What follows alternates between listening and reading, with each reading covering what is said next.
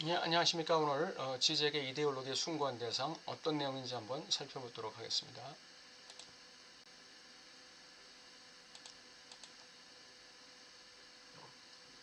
예, 오늘은 이데올로기 환상의 버팀목으로서의 향유이라는 제목으로 한번 살펴보겠습니다.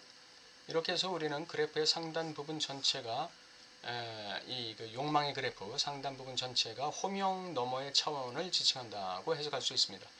상징 동일시와 상상 동일시의 불가능한 원의 사각형, 이게 이제 그래프의 하단 부분이죠.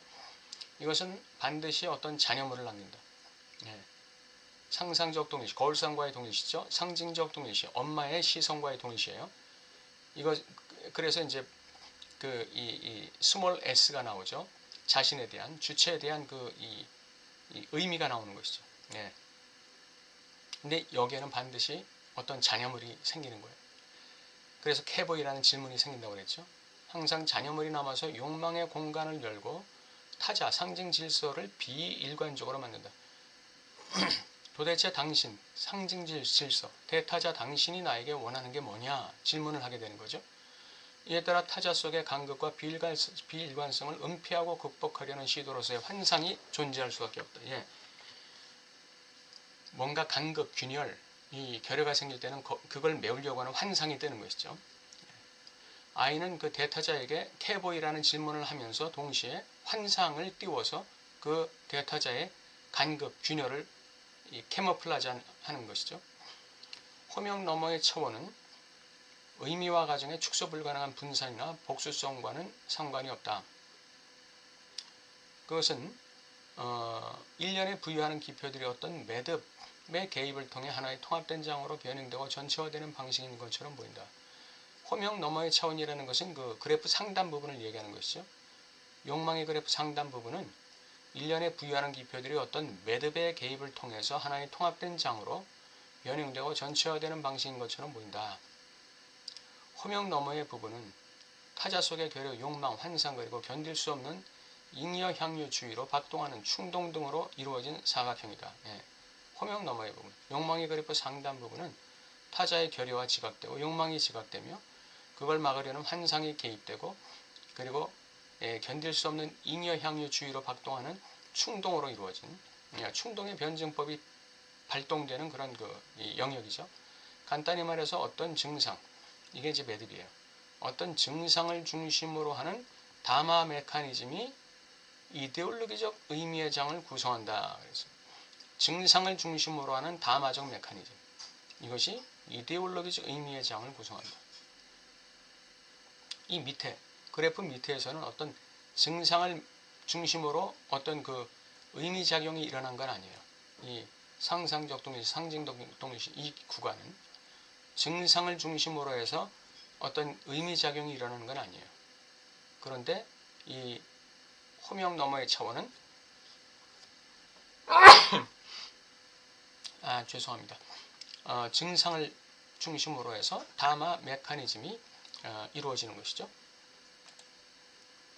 이런 관점에서 보면 기표 안의 향유는 단순히 이데올로기 이전의 것으로 사회적 유대로서의 이데올로기에 부적합한 것이 될 수도 있다. 기표 안의 향유. 기표 안의 향유는 사회적 유대로서의 이데올로기에 부적합한 것이 될 수 있어요. 그런데 그거는 이데올로기 이전의 것이에요. 예, 기표 안의 향유. 요게 중요한 것이죠. 근데 요 기표 안의 향유, 요것이 바로 이데올로기를 버티는 버팀목이 되는 것이죠. 이데올로기적 효과의 최종적인 버팀목은 이데올로기 이전의 차원에 있는 향유의 무의미한 중역이다. 향유의 무의미한 중역. 이데올로기에는 반드시 그 이데올로기에 선행하는 어떤 향유의 차원이 있다는 것. 예. 기표 안에 향유의 차원이 있다는 것. 이게 오늘 핵심 내용입니다. 이데올로기에서는 모든 것이 이데올로기적인 것은 아니며 오히려 이데올로기의 최종적 버팀목은 바로 이 잉여물이다. 향유다. 이런 이유에서 우리는 또한 이데올로기 비판의 두 가지 상보적 절차를 살펴볼 수 있어요. 하나는 다마적 차원으로서 이데올로기 텍스트의 증상을 읽는 독법이에요. 증상을 읽는 독법. 이데올로기에서 증상이 어떤 건가? 어떤 증상을 중심으로 이 이데올로기 텍스트가 구조화되고 맥락을 형성하고 있는가, 이걸 보는 거죠. 이는 의미의 즉각적인 경험을 해체하는 것으로 이루어진다. 이데올로기 영역이 얼마나 서로 간에 이질적인 부유하는 기표들의 조립을 통해, 다시 말해 어떤 매듭의 개입을 통한 전체화를 통해 가능하게 되었는지를 입증해 보여주는 것이다. 여러 가지 이질적인 부유하는 기표들이 있어요, 이데올로기에. 근데 그 기표들이 무엇을 중심으로 그 전체화를 이룹니까? 하나의 증상을 매듭으로 전체화를 이루는 것이죠. 하나의 증상. 독일 사회에 여러 가지 부유하는 기표들이 많아요. 독일 사회가 무기력하고 경제적으로 매우 어려운 그런 여러 가지 이질적인 부유하는 기표들이 있는데, 이것이 어떻게 전체화를 이룰 수 있게 돼요? 하나의 매듭 증상의 개입을 통해서 가능해요. 이 증상이 뭐예요? 유대인이지, 유대인. 유대인이라는 증상이 개입되면서 독일 사회는 전체화가 가능해진 것이죠. 다른 하나는 향후의 중핵을 추출해내는 걸 목표로, 아까는 증상을 추출해내는 걸 목표로 했는데 이제는 향유를 추출해내는 걸 목표로 하는 거예요. 즉 이데올로기 환상 속에 구축된 이데올로기 이전의 향유, 그 의미의 장 너머에 있는, 동시에 그 장 안에 포함된 향유, 이 이데올로기 이전에 이미 있었던 향유를 함축하고 조작하고 산출하는 방식을 밝혀내는 것이에요. 어떤 향유 때문에 이 이데올로기가 조작되고 산출되는가, 어떤 이데올로기적 향유 때문에, 어떤 이데올로기 이전의 향유 때문에 이 이데올로기가 함축되고 조작되고 산출되는가, 그걸 밝혀내는 거예요.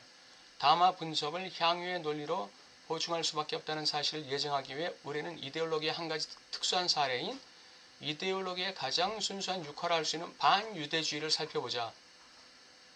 단도직입적으로 사회는 존재하지 않고 유대인은 그에 대한 증상이다. 다마 분석 수준에서 유대인의 형상 속에 투자된 상징적 중층 결정의 네트워크 중에 하나는 전치 과정이다. 반유대주의라는 그 이데올로기의 네트워크 중에서 하나는 전치 과정이에요. 반유대주의의 가장 기본적 책략은 사회적 갈등을 건전한 사회 조직체와 그것을 부패시키는 힘으로의 유대인의 갈등으로 전치시키는 것이에요. 다시 말하면 독일 사회가 썩은 이유는 유대인 때문이다. 이렇게 유대인과의 갈등으로 이 독일 사회의 이 붕괴를 갖다가 이 원인을 전치시키는 거예요. 자기 안에 원인이 있는데 이걸 갖다가 원인을 갖다가 자기 안에서 유대인으로 전치시키는 거예요. 따라서 갈등에 기초하고 있다 하더라도 불가능한 것은 사회 그 자체가 아니다. 원래는 사회 그 자체가 지금 갈등의 기초죠. 그런데 이거를 그 부패의 근원을 유대인이라는 특정 실체에 전치시켜버리고 있는 거예요. 두 번째, 거기에는 응축이 있어요. 이는 전치를 보조합니다. 유대인의 형상에는 상하위 계급들이 연상되는 상호 대립적 특징들이 응축되어 있어요. 예를 들어서 더러우면서도 지적이고 음탕하면서도 무기력하다. 말하자면 전체의 힘을 제공하는 것은 결국 유대인 형상이 서로 다른 일련의 불순 세력을 응축하고 있는 방식이에요. 유대인의 형상, 여기에는 어마어마한 이 불순한 모습들이 응축되어 있다는 것이죠. 구체적으로 경제적 불순, 이 사기치고 이 독일 경제를 사기치는, 그래서 경제적인 이 착취를 갖다 해먹는 이런 불순 세력이 있고, 정치적으로 아주 그 음모와 아주 그 뒷 배경에서 아주 불순하게 그 영향력을 행사하는 이런 불순 세력, 도덕적, 종교적 불순 세력, 반기독교적인, 그리고 아주 도덕적으로 타락한 그런 불순 세력, 성적 불순 세력, 이 우리의 그 자녀들을 유혹하는 그런 성적 불순 세력, 이런 것들이 유대인의 형상에 아주 응축되어 있는 거예요. 유대인의 형상이 응축되어 있는 거예요. 이 응축은 그래서 전치를 보조하는 거예요. 하지만 이러한 은유, 환유 논리는 유대인의 형상이 얼마나 우리의 욕망을 사로잡고 있는지 설명하기엔 충분치 않다.